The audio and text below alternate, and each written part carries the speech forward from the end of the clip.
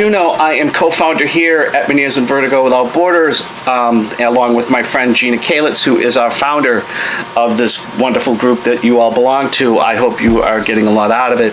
I introduce myself that way with every video I make because we have a lot of new people that join, and I want you to know who I am. So, I had my hearing for SSDI on June 18th. The decision was made on the 24th, according to the letter I got, that I was approved for Social Security Disability Insurance. I got the letter on Monday. I didn't go on Social Security and checked. I just waited for a letter, and that was it. So I got my letter, and it said that I was approved and all this stuff, and I'm kind of like, I'll be honest with you, I was really shooken up, and not like in a bad way, because I was told it was going to be 2 months. I had no idea it was going to be 10 days. And I also got my retroactive benefits, which was kind of like, whoa, okay. I need to decompress before I do video. Yeah, I made a post saying I won, but I want to make a video, and I gotta decompress for a few days because this is just mind-blowing. It is nothing what I said it was going to happen, and it came really quickly after the hearing. But, you know, here are some things that I really learned during the SSDI process, and hopefully it'll help you or you'll get something out of it. First thing first, make sure you let your doctors know that you are applying for short-term SSDI. Make sure they're all in agreement, because they're the ones that are going to help you the most. If one of them's not in agreement, you're going to have a hard time getting it. I was lucky. My ENT did not want me working anymore. My primary care, who wrote the most wonderful letter, did not want me working anymore. You know, my primary care handles my meds for my Meniere's, which is Valium. If I need Valium, I call him, he gives it to me. So he handles my meds. So he wrote a very nice letter to the judge and to the lawyers and all these things.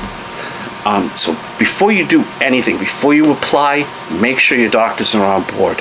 It makes things easier.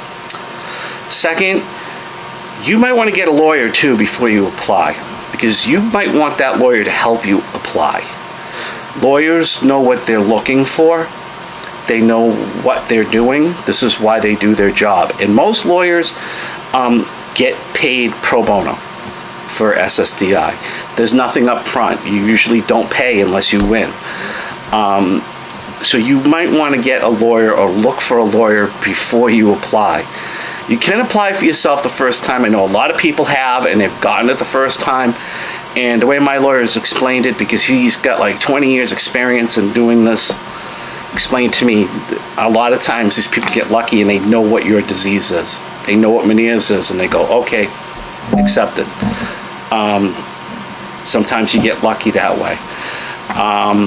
But when you have to go for an appeal the second time, definitely get a lawyer. I wish the company I was using was awesome to help me. I wish they gave me a lawyer the second time instead of making me do everything again all over. But get a lawyer the second time, definitely, because that person's he's gonna make sure you got a better chance of getting it the second time. And definitely, most definitely, get a lawyer for the third time, because you're in front of a judge at this point. Well, with COVID, I was on the phone, but you're in front of a judge.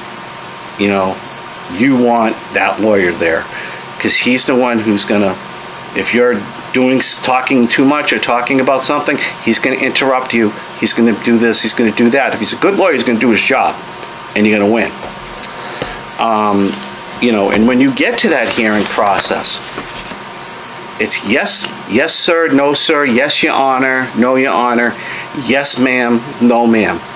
They want to be respected, so you've got to show respect the whole time. Don't try to start a conversation with the judge.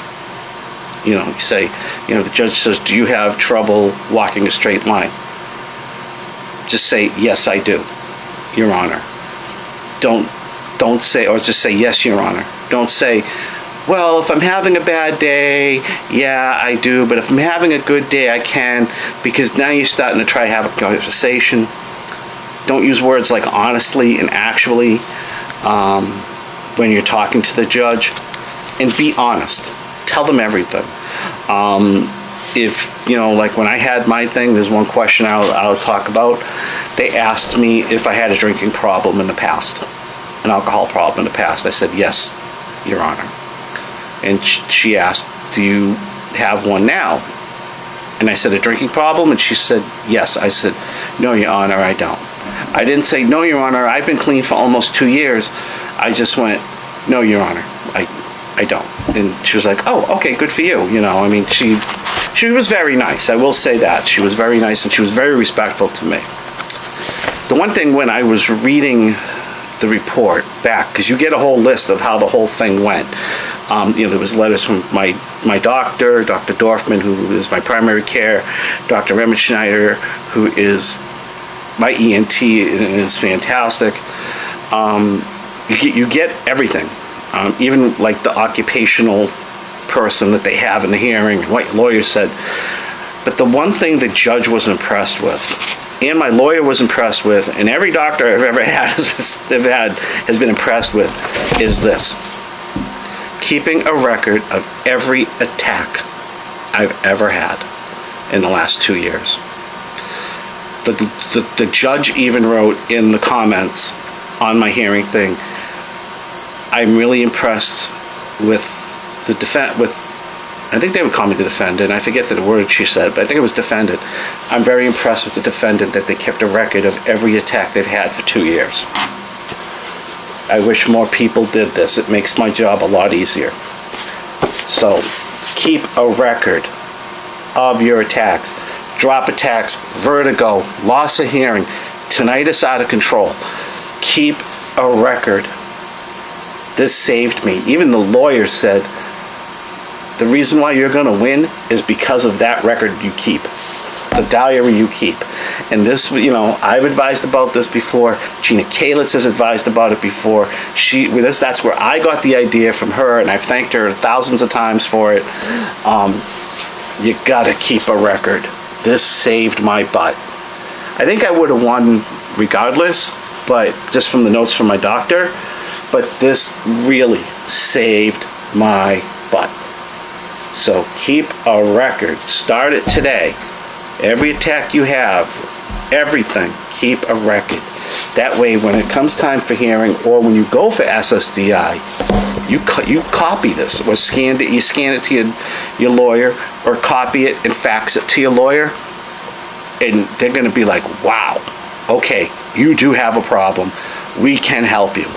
So, like I said, keep a record. I can't stress this enough. Keep a record. Also make sure you have, your meds listed. Write them down.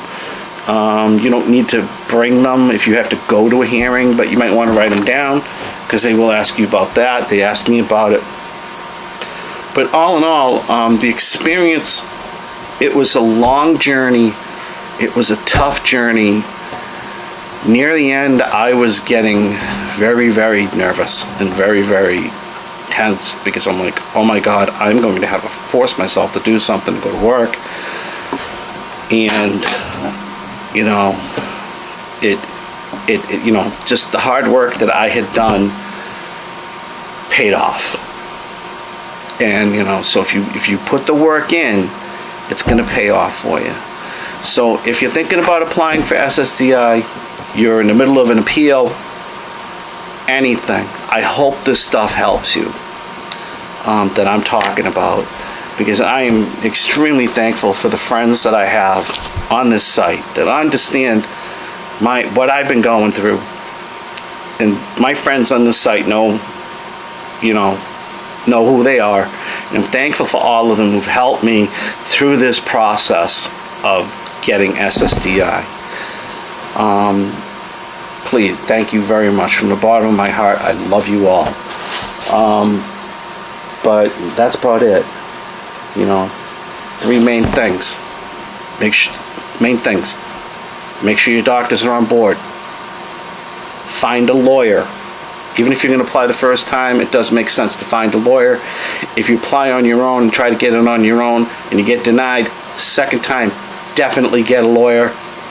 If you think you can do it the second time, appeal on your own, because the third time you're going on a hearing, get a lawyer. Most definitely get a lawyer. Fifth thing, keep the record. Keep a record of every attack you have. And on that note, I am going to rest.